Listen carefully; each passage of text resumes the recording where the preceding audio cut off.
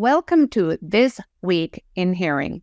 I'm Gael Hannan, hearing health advocate, speaker, and writer on hearing health issues, as well as the author of Here and Beyond, Live Skillfully with Hearing Loss, written with Sherry Ebert. I am delighted to be speaking today with Tiffany Storrs. She is an actress, an advocate, and an author, and recently published her memoir called Adaptability, which is the story of transforming pain into purpose. And the pain refers to her journey through infertility, hearing loss, cochlear implant, and what was the last one? That journey. Heart failure. Heart failure. Oh my gosh, Tiffany, welcome. I mean, that's a journey for anyone, but you tell your story helped by faith and determination. And I'm just so pleased to have you here with me today, because as a person with hearing loss and as an author and writer, I love to meet other writers on the subject, as well as I talk hearing loss till the cows come home, and I love to meet people and hear their stories. So congratulations on your book. Now, I don't have a copy in front of me. Why don't you hold it up so we can see it? Look at that. Okay, that's what I want to look like when I grow up. That's wonderful. So anyway, I know where you are. I'm here on Vancouver Island and in Canada. Where are you? I'm in Denver, Colorado. And I just want to say the pleasure is all mine, Gail. I love the work that you're putting out into our community. Don't stop. We need more Gaels in our community. And it is such an honor as to be here with you today. Well, it's a mutual honor. So we'll jump right into it. Tiffany, tell me and tell us about when and how you got your hearing loss. My hearing loss came on suddenly. It was, I want to say almost overnight, but 2 weeks is more accurate. I had just given birth to my first, and our life was so messy. We were tired, didn't know what was going on, first child syndrome. And I felt like I had a really terrible sinus infection. One of my ears was clogged up, or that's what I thought it was, at least at that point in time. And it didn't get better. Waited it out.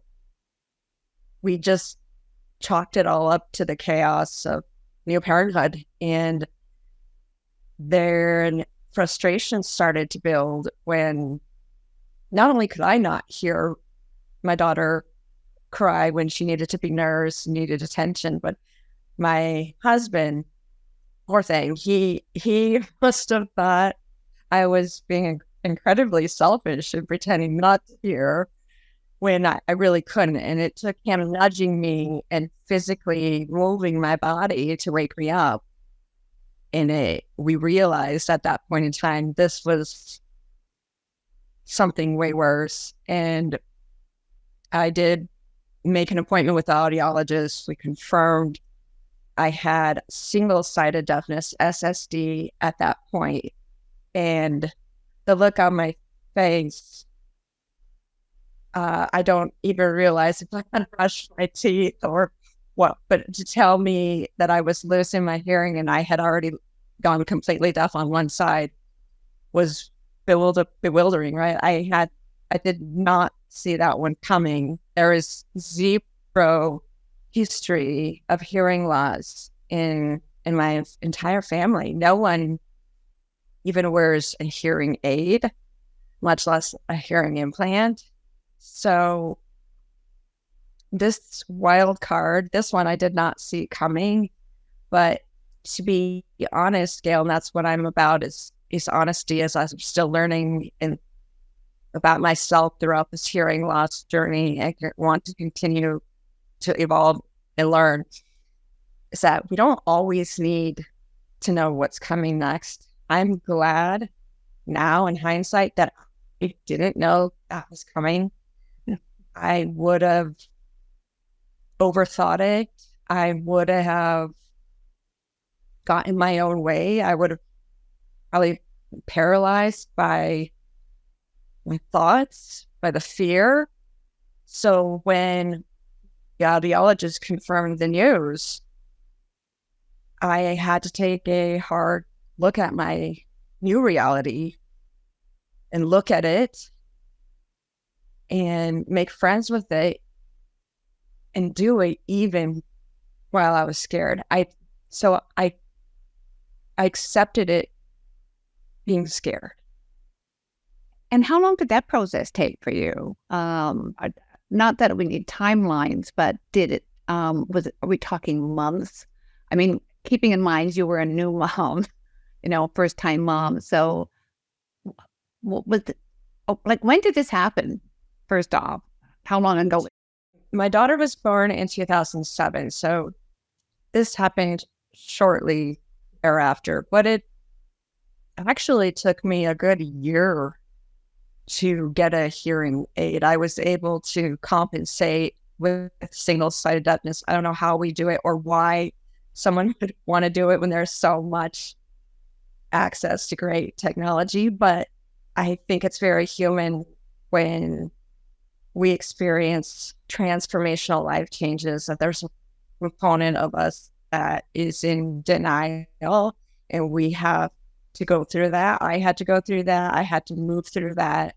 And then the denial turned into sadness, then turned into reality, then turned into purpose and movement and action and steps forward. So a year for me to get AIDS. And then as we welcomed our second child, hearing went from bad, worse, and I lost everything on my other side. And so the only option for me at that point was an implant. It just happened so fast. So from 2007 to where I am now, it has taken me all that time to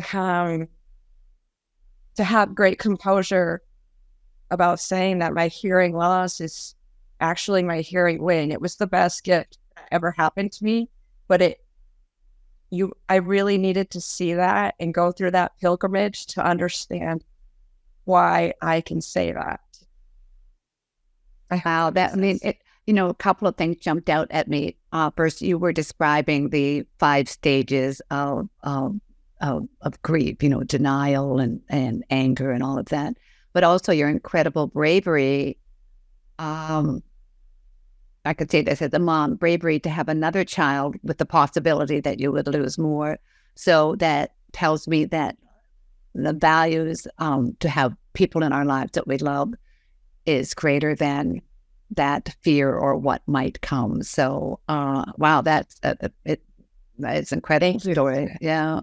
Thank you, Gail. Yes, my call to motherhood was much louder than the silence, the deafening silence. And I did battle with infertility. So I knew that having a second was all would complete me, would complete my family. So I didn't let that slow me down. And in that process, I started surprising myself with what I could get through and what challenges I could accept and really move through. I started surprising myself and started gaining more confidence in my own adaptability. That I had to see that for myself. That's so true. Before we started recording this, we talked about how much it helps to read other people's stories and learn from that. And I didn't have that. And in fact, it's interesting because it was being expecting my own child, my first child, that actually led me to reach out to community. Although I didn't think of it in those terms. I needed help. I was going to be a mom. What if I didn't hear him crying in the night? And I reached out for help, for some advice, and it was life-changing. So it was, I got a comfort but I got that in advance. So you had the baby first and then, but I certainly understand the issues of being a mom.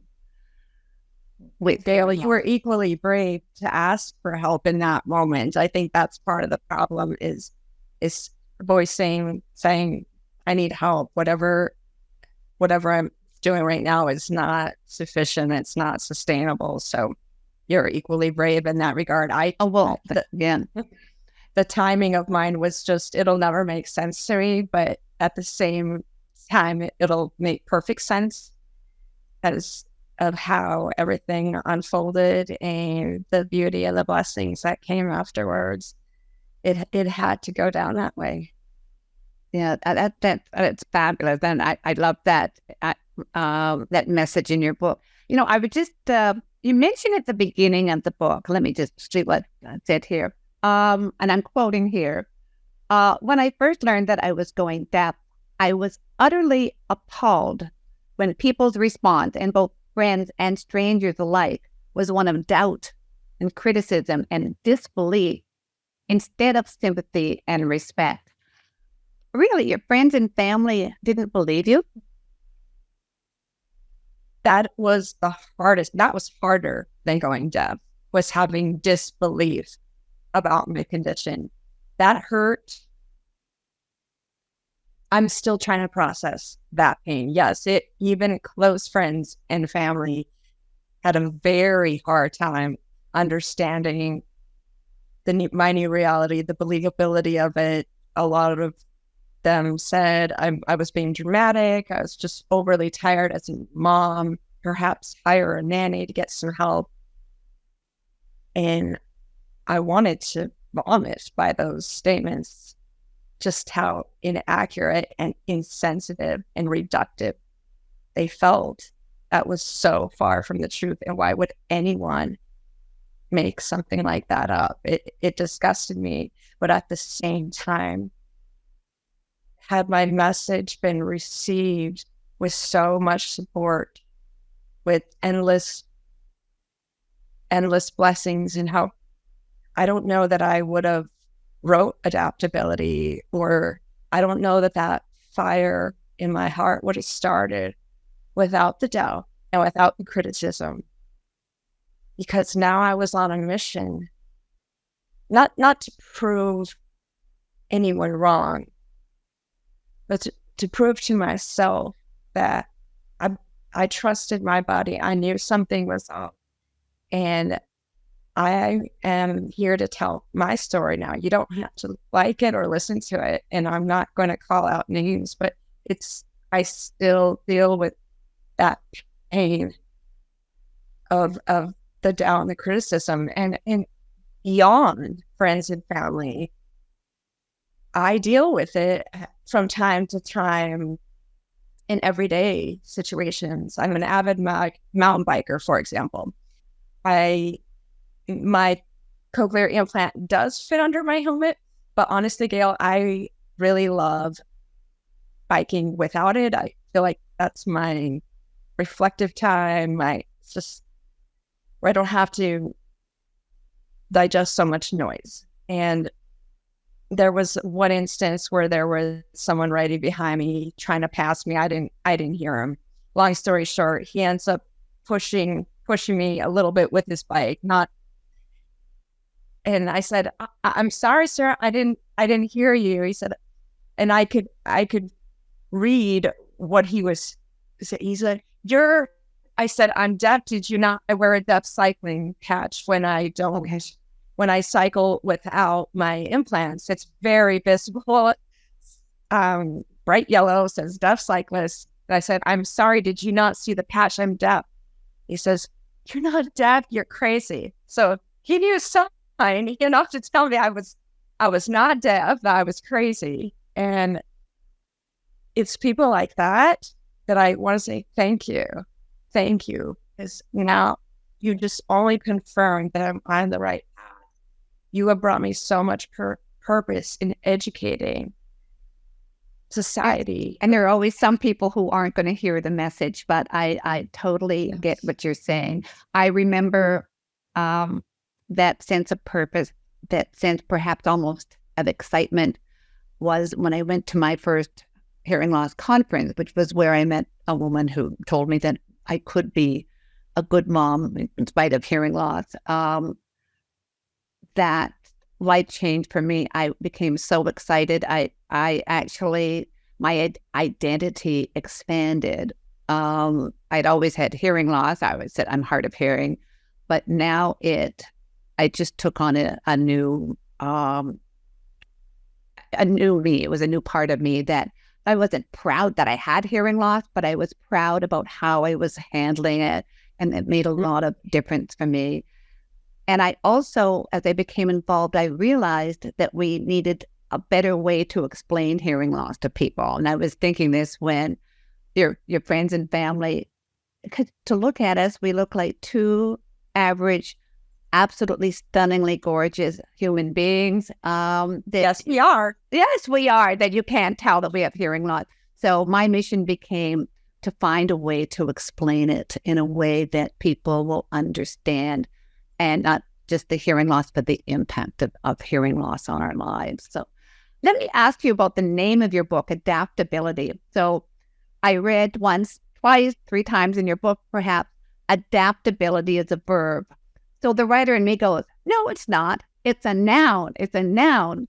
And so tell me about that. Tell me about adaptability. Yes. When coming up with a name for your book or your project, it could, for some people, might find it very daunting. For me, it was top choice, because if I had to put it all in one word, how I got through infertility, hearing loss, heart failure, that sums it all up. Adaptability. I was able, it was a verb though.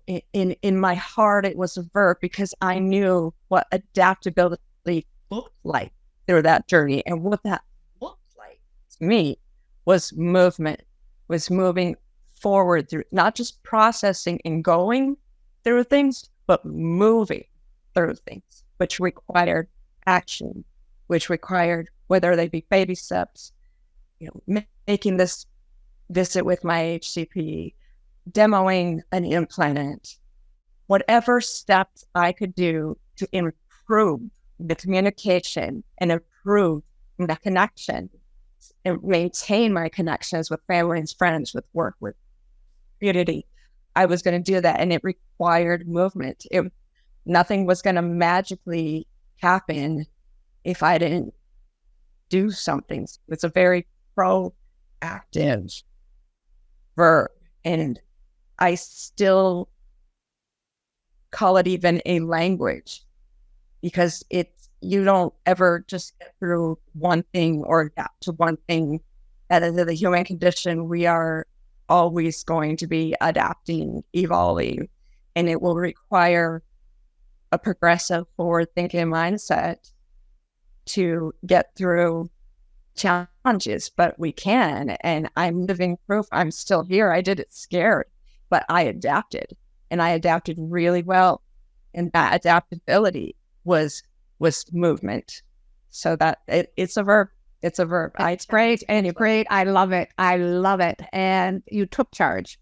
And I think that when we take charge of our own journey, then regardless of what direction that goes in, at least we're in charge. And I know that some people do need a little extra help to see it that way, to move out of a victim mindset. And if anyone could be, with what you've gone through, and I want to talk a little bit about your cochlear implant, but taking charge and that adaptability, it makes so much sense. And it's a message that we all need to hear. So you got a cochlear implant, and that was, I take it, it's been good, but things didn't go quite so well just after the surgery. Is that correct? Yes, I have two different cochlear products. I have a cochlear Baha on one side, because my hearing loss initially was single-sided. So a Baha bone-anchored hearing aid was the best solution for me. And then as my hearing loss progressed, I was a great candidate for ACI. However, it was the Baha surgery, and through no complication through that surgery itself. But doctors did find an underlying heart condition that I had been living with potentially my whole life. But that surgery really saved me because it would not have been detected otherwise. And it had nothing to do, I don't want to scare off people who are contemplating CIs, and it was nothing about that surgery. In fact, I woke up in the recovery room and I was complaining of my chest hurt. Instead of feeling achy on my head, it was in my chest. And why am I hurting here? Why am I hurting here? And the doctors and nurses rushed over to tell me that compression had happened and I was flatlining in the OR, and they found a condition called bradycardia, where your heart beats too low. So an average heart beats 60 to 100 beats per minute. Mine was in the 30s, just normally, maybe high 40s at times when I was exercising.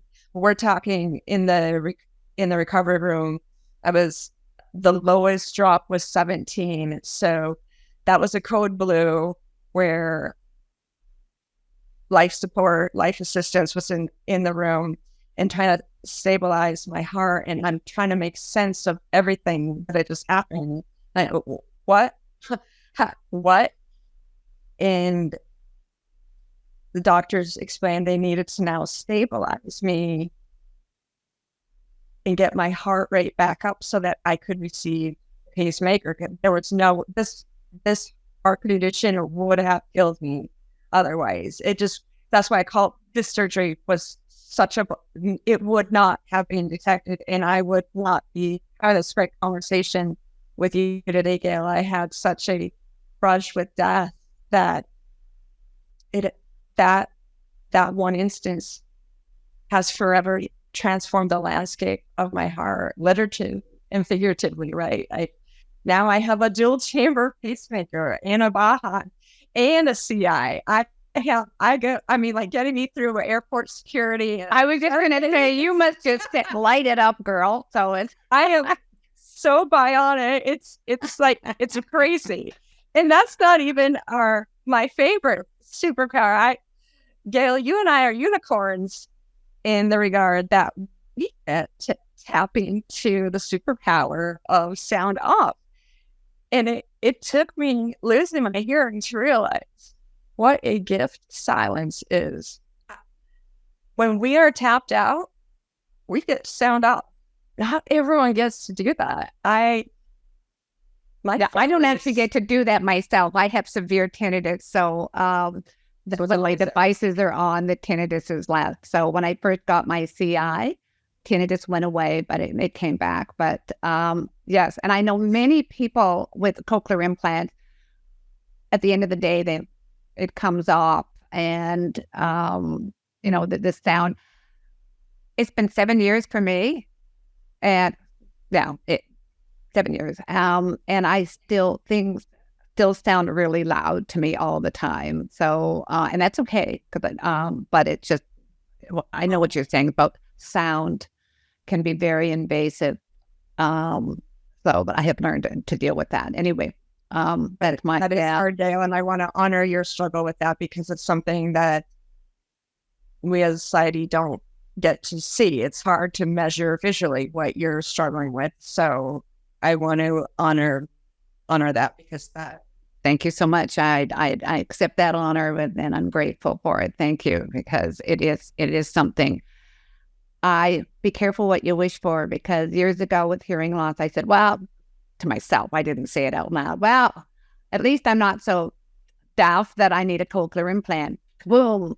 And then I went, well, at least I don't have tinnitus.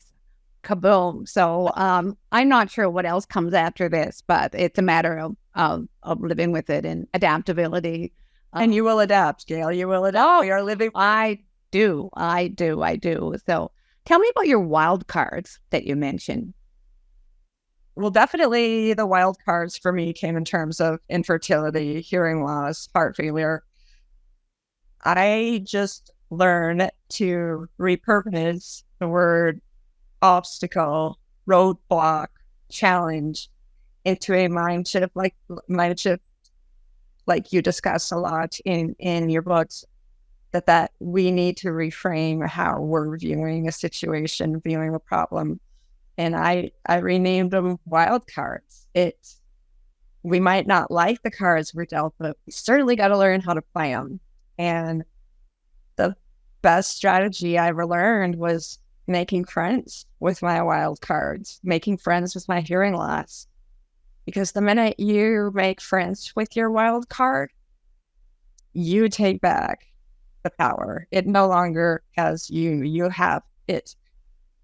And learning to find the friendship within the wild card and the blessings, because there's always blessings. They might not be visible right away or even 10 years from now, but there's always a silver lining, always blessings, always lessons to be learned behind those wild cards. So I challenge everyone, hearing impaired or not, to reframe what you think of as an obstacle, as a challenge.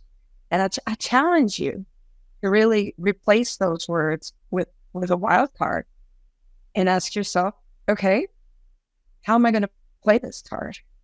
Take back your power. I love it. I love it, especially as a card player. You know what? You're always hoping for a wild card. So this is a different card game that we're playing. You get it's like you don't want the wild card, but you get it. How am I going to make it so that we win? Whatever we think of as winning. I don't think said it. Yeah. It's like Sherry and I say in our book. It's a journey.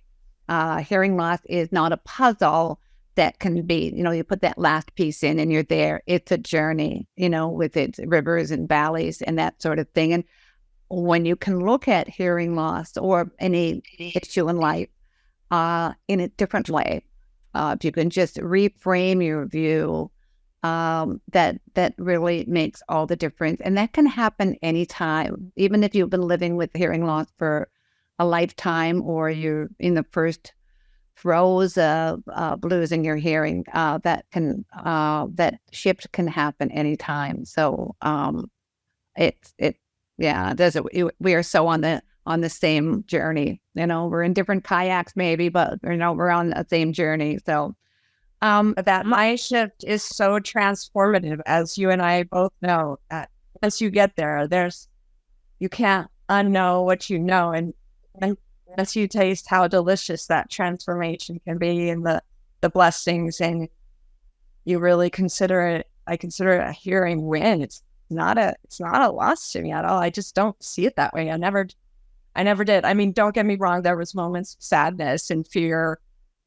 Like I said, I did it scared, but now I wouldn't, if someone had told me all this 20 years ago, they were telling me you're going to have 2 healthy children. You're going to go deaf a long way. You'll almost die. I'd say, no. Oh, well, I'll just die now then. Okay, just take me down. Yeah, in a heartbeat.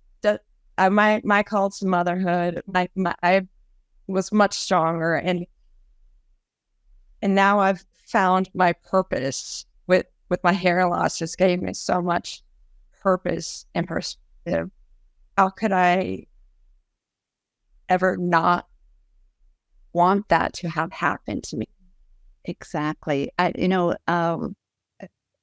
Many people say this, that other people with hearing loss. I was speaking at a conference last week, and this woman said, if someone asked me or there was a magic pill to give me back my hearing, she'd have to go, thank you, but no. And I feel that, some days, like there was a day this week, and I wrote about it this week, I just, I really would. Give me the pill.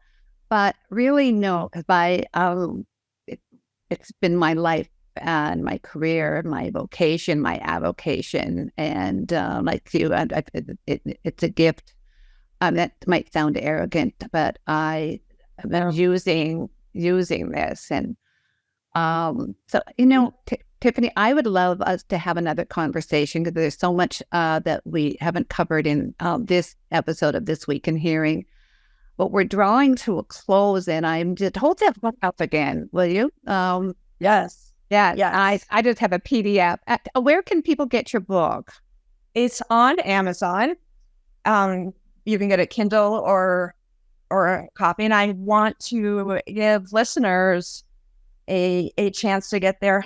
I want to give away 2 signed free copies to whoever follows me on Instagram and tells me their favorite takeaway from our conversation. And my Instagram handle is Tiffany Storrs, and I'll make sure Gail has that in the show notes too. But it's Tiffany Stasny Stasny, and then Storrs Storrs.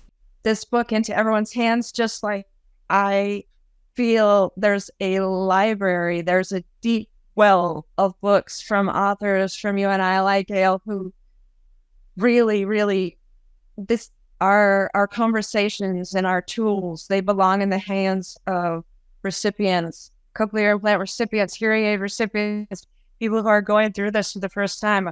I'm adamant that instead of a post-surgery care packet, I would have much rather liked to receive your book because it had the practical, everyday, put into practice tips and tools that I could have really benefited from. And that's what I hope you and I can serve as role models and authority figures in this arena, in getting these types of books into the hands that really need to read them.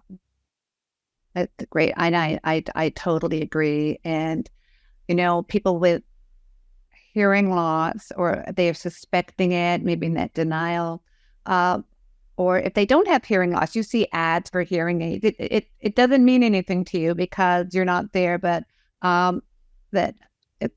people can find these books. If they're starting to suspect, they can order our books and hopefully learn. And, just like that little mustard seed, you never know where that's going to fall. And people can be helped.